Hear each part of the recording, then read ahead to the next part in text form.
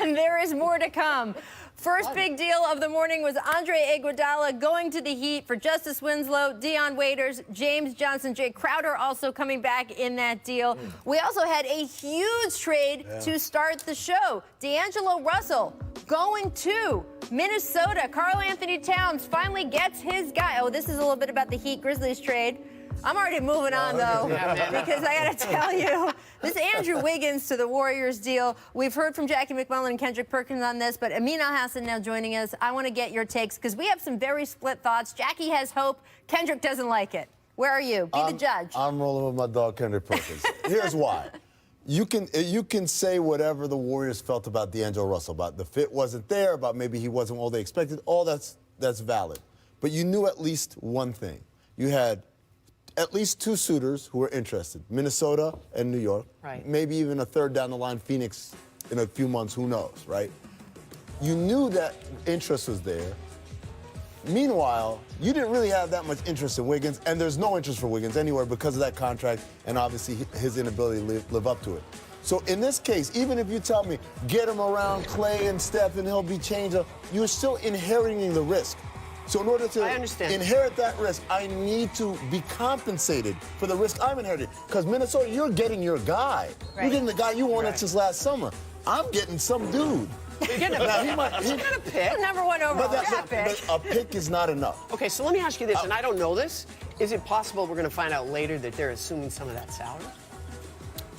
They're limited in how much cash they can throw that way. But I do want to say, even if that's not the case at all, we had Bobby Marks explaining earlier that as crazy as the Andrew Wiggins contract is, as big as it is for a guy with his production, it's a year shorter. It is saving the Warriors money and really lowering their tax burden and taking them out of the repeater tax. So take that, Amin. that all is, yes, that is important. And I heard you say earlier, billionaires are just like us. They're clipping coupons just like us. Coupons. But I still think you're inheriting the risk. Because, again, today Minnesota said, we gave up someone we didn't like, and we got the guy we loved.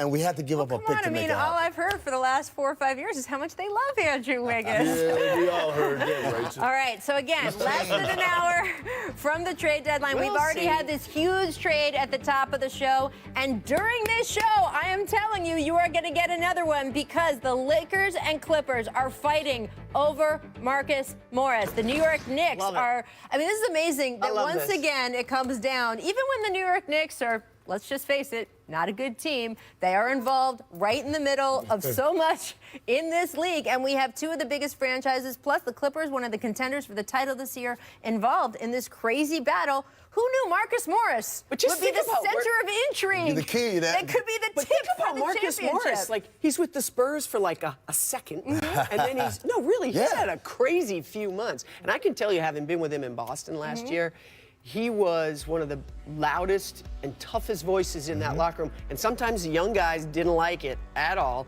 And sometimes Jaylen Brown and Marcus Morris had to be separated. But someday, Jaylen Brown's going to look back and think about the lessons Marcus Morris was going to try to teach him. He might even thank him. He really is an incredible locker room presence. He's tough. Right. He's tough. But he's shooting career high from the three-point line. I think he's worth the fight. I really do. And not only that, he's a key because whatever team gets him is keeping him off the other team. That's right. And there's a game within this game. Part of it is he can absolutely help either the Clippers or Lakers.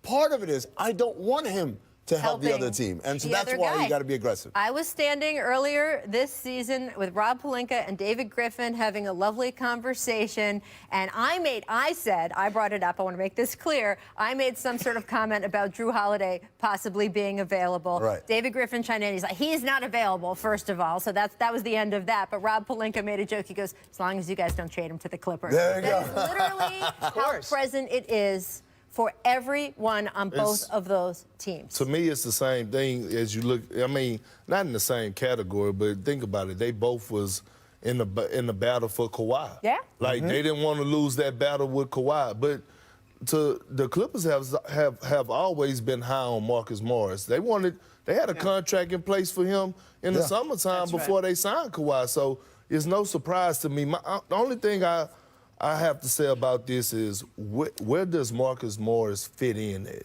For who? For the Clippers. Because Well, let's wait and talk about that Well, if he ends and what up the compensation going there, is. and what the Right. compensation. What's the compensation We're gonna, like? we're gonna Is it get to that Okay, if it I'm happens. sorry about that, If Rick. it I like Mo happens. Harkless. Sorry, we're love already Mo doing I this. was gonna say, I you love can end up Mo going to the Harkless. other team. Just hold on. Do you know how you know when there's a trade?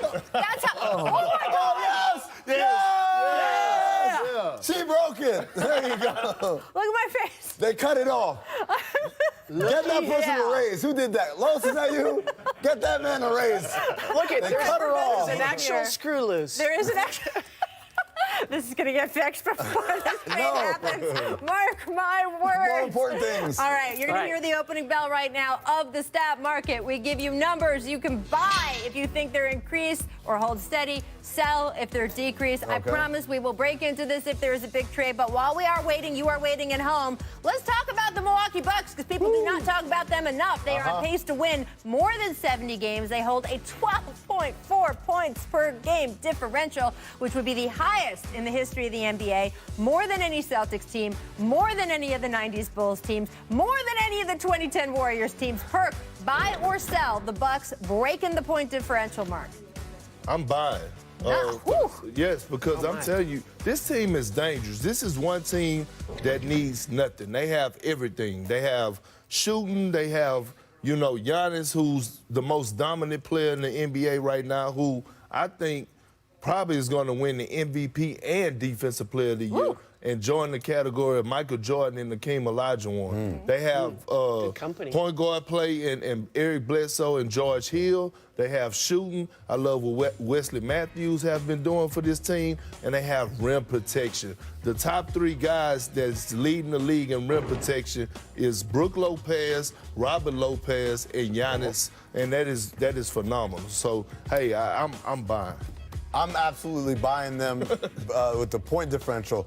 Sorry. I do think they still have some things to address because There were some murmurs they could make a deal today. absolutely, because the game plan to beat them is still the same as it was last all season, and that's an important thing to remember.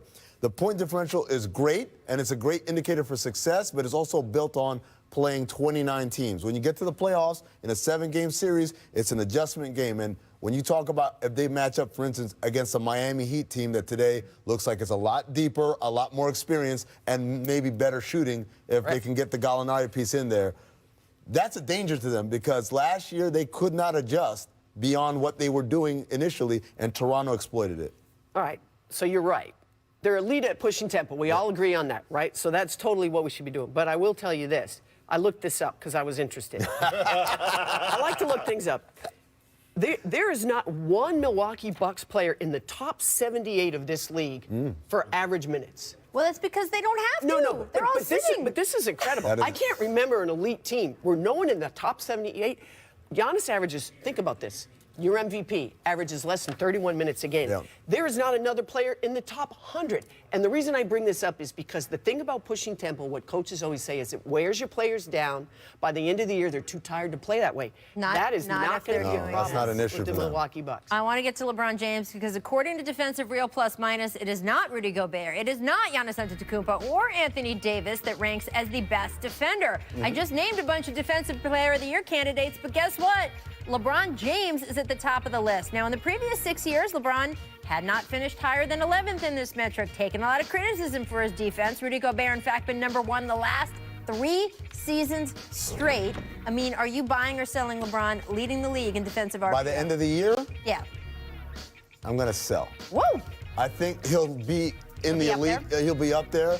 But I think also we're going to see some slippage a little bit in terms of as they get closer to playoffs, the frenetic defensive pace that he's been at this far in the season, at some point you won't need to do that because the Lakers are so far ahead of everybody. Being fresh for the playoffs is going to be more pressing concern. So I think one of the other guys will probably surpass him then. What do you think, Jackie? I agree to a point.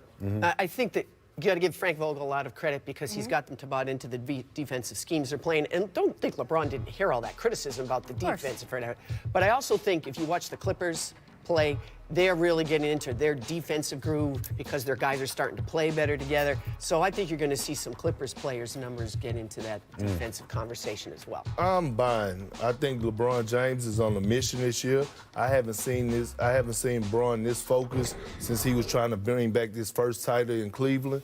And I love what he's doing. He's taking charges, his chase down blocks. We haven't seen that in years to come. This is why I think your Giannis is going to repeat his MVP statement. I think that he could get a lot of competition from LeBron.